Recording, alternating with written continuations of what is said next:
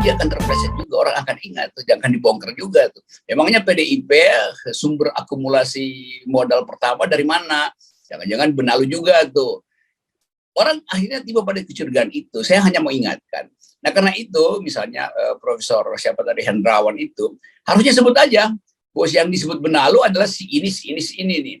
Supaya jelas kan, laporin aja ke KPK kan, seperti Ubedillah Badrun teman kita itu melaporkan 2 anak presiden, dia langsung aja bilang ini namanya si ini anak presiden diduga menimbun kekayaan dengan cara yang tidak etis atau tidak legal, maka itu yang harus diperiksa oleh KPK. Kalau dia timbun dengan cara yang legal segala macam ya kita tepuk tangan dong, bagus juga. Kalau kekuasaan itu tidak ikut campur dalam akumulasi harta seseorang walaupun dia anak presiden. Jadi etika itu yang mesti kita tegakkan.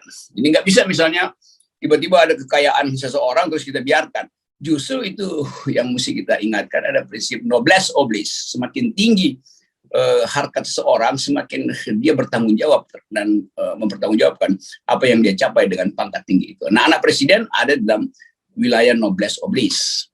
Iya.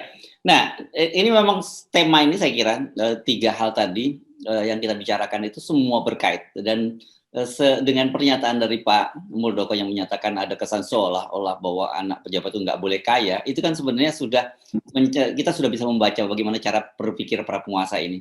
Yang kita persoalkan bukan soal kaya atau tidak kaya, kita bukan anti orang kaya. Yang selalu kita sampaikan bahwa persoalannya adalah bagaimana dia memperoleh kekayaan itu dan bagaimana dia memanfaatkan kekayaan itu. Itu kan yang jadi selalu persoalan serius kan.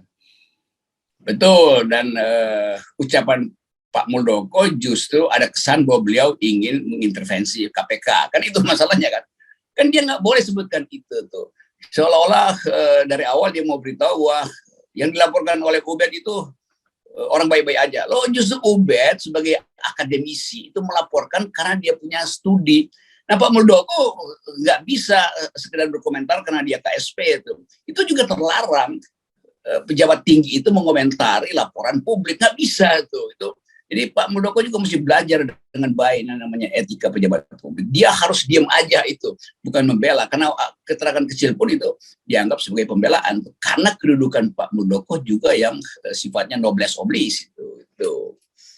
Dan dari kasus Ubedillah Badrun ini menarik sekali, dan juga sekali lagi mengkonfirmasi apa yang terjadi yang tadi neolib atau peng-peng lah gitu, bahasa yang lebih mudah penguasa masuk di situ, karena kan kecurigaan dia bermula dari perusahaan itu yang memberikan bekerja anak dari seorang eksekutif di perusahaan itu membangun perusahaan bersama dengan anaknya presiden, dan kemudian mendapat ventura dari perusahaan yang terkait dengan perusahaan itu juga.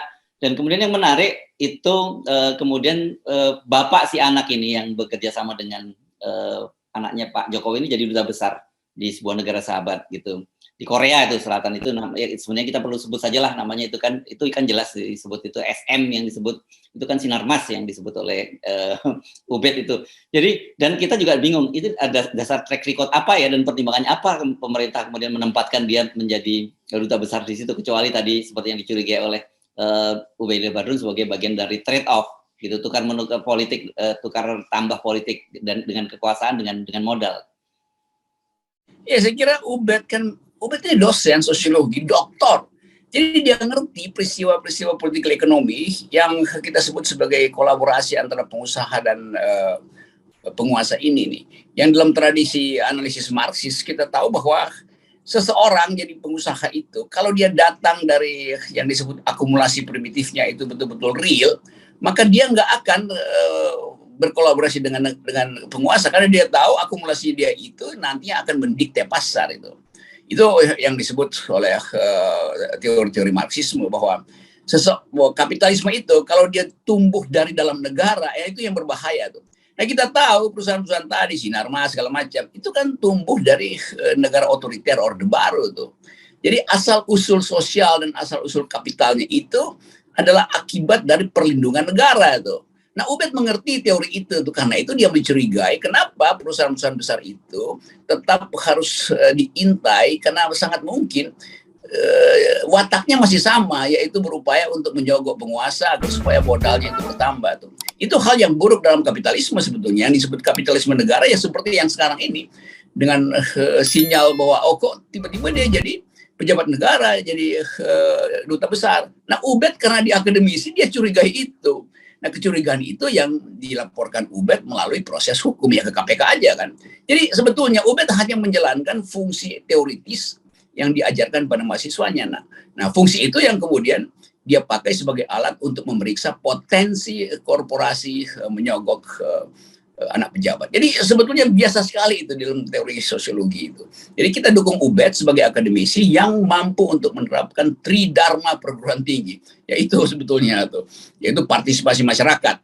Nah, dia sebagai dosen ingin berpartisipasi untuk mengingatkan masyarakat bahwa potensi dari kapitalisme yang berbasis kepentingan negara ini atau yang diselundupkan oleh negara itu berbahaya bagi tujuan bernegara kita. Jadi selamat buat Ubed, dan saya tetap akan bantu semua usaha semacam itu. Kita semua ada di belakang Ubed dalam soal pemberantasan korupsi melalui analisis akademis yang kuat.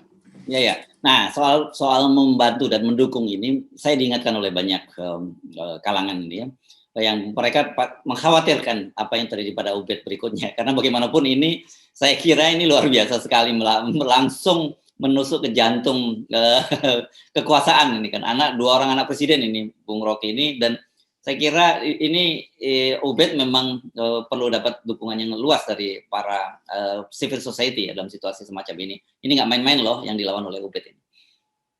Harus, karena Ubed ada dalam posisi rentan. Dia hanya dosen, ASN, bisa tiba-tiba dipecat segala macam, dan itu kita akan melawan habis-habisan upaya untuk mendiskreditkan Ubed. Udah mulai dengan hal buruk dimulai oleh Pak Muldoko, memberi kesan bahwa Ubed itu sekedar tidak suka anak pejabat kaya. Jadi Pak Muldoko juga nggak ngerti bahwa studi ini dari zaman Orde Baru udah dibuat oleh, misalnya saya sebut namanya David Jenkins yang menulis Soeharto and His General. Di situ diperlihatkan bagaimana perusahaan-perusahaan besar itu berkomplotan untuk memperoleh harta besar dengan memanfaatkan anak-anak Presiden Soeharto yang kemudian menghasilkan reformasi itu.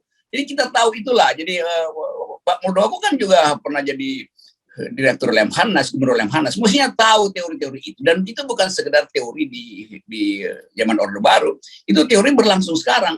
Kenapa? Karena watak dari modal yang diakumulasi di Orde Baru, dia carry over ke dalam sistem reformasi.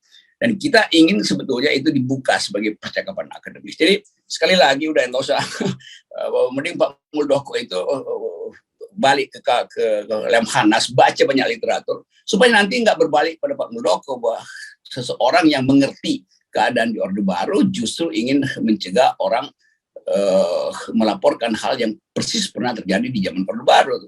Kan itu. Jadi kita belajar dari kepemimpinan Pak Harto yang akhirnya tumbang, lalu Pak Harto dengan lega mengatakan oke, demi bangsa maka saya serahkan kepemimpinan pada generasi baru. Jadi itu justru yang disebut mikul dugur mendem jero, karena ada wisdom dari Presiden Soeharto waktu itu, sehingga kita mesti anggap bahwa demi keadilan jangka panjang, tradisi korporasi bergerombol di sekitar kekuasaan juga harus dihentikan.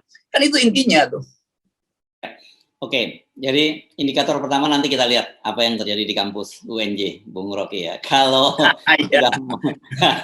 sudah mulai ada suara-suara di fakultas atau apalagi kemudian rektorat yang miring-miring, nah disitulah mulai tangan-tangan kekuasaan mulai bekerja, gitu ya. Nah, dan kita harus saya mendeteksi itu udah mulai terjadi, dan tentu kita akan minta Pak Nadiem sebagai Menteri Pendidikan supaya bela Ubed, karena dia hanya menjalankan visi dan misi dari Departemen Pendidikan dan Kebudayaan atau apalah dikti segala macam, yaitu Merdeka Belajar dan Kampus Merdeka. Itu kemerdekaan itu yang lagi diproklamasikan oleh Ubed sebagai dosen yang bermutu, dia harus ambil tanggung jawab itu.